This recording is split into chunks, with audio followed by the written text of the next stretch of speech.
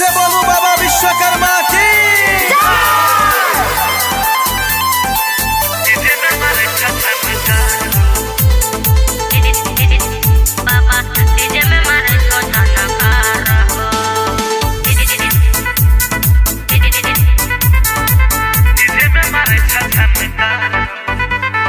बाबा बाबा बाबा बाबा विश्वकर्मा विश्वकर्मा विश्वकर्मा विश्वकर्मा बाबा बाबा बाबा बाबा बाबा बाबा विश्वकर्मा विश्वकर्मा विश्वकर्मा विश्वकर्मा।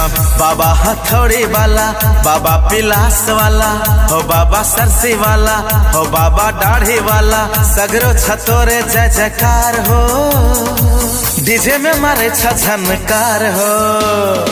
बाबा हथौड़ी वाला, बाबा पिलास वाला, हो बाबा सरसी वाला, हो बाबा दाढ़ी वाला, सगरो तोरे छ जय जयकार हो, बाबा डीजे में मारे छो झनकार हो। डीजे दयानंद दिलदार सरस्वती स्थान कठरा डी टोल।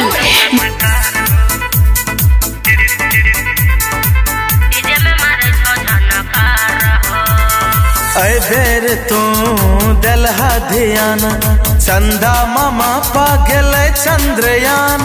तू ही गणित तू ही विज्ञान, तोहर कृपा छ बहुत महान। मोटरसाइकिल बस और कार, तो ही के न छ निर्माण। बाबा हथौड़ी वाला, बाबा पिलास वाला, सगरो तोरे छ जय जयकार हो, बाबा डीजे में मारे छो झनकार हो। बाबा हथौड़ी वाला, बाबा पिलास वाला, हो बाबा सरसी वाला, हो बाबा दाढ़ी वाला, सगरो छतोरे जय जयकार हो, डीजे में मारे छछनकार हो। डीजे दयानंद दिलदार सरस्वती स्थान कठरा डी टोल।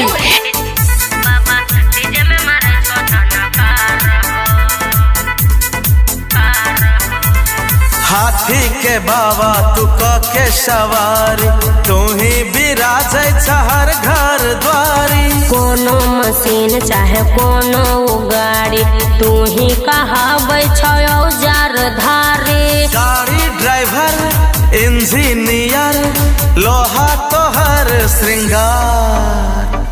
बाबा हथौड़ी वाला, बाबा पिलास वाला, सगरो तोरे छ जय जयकार हो, बाबा डीजे में मारे छो झनकार हो।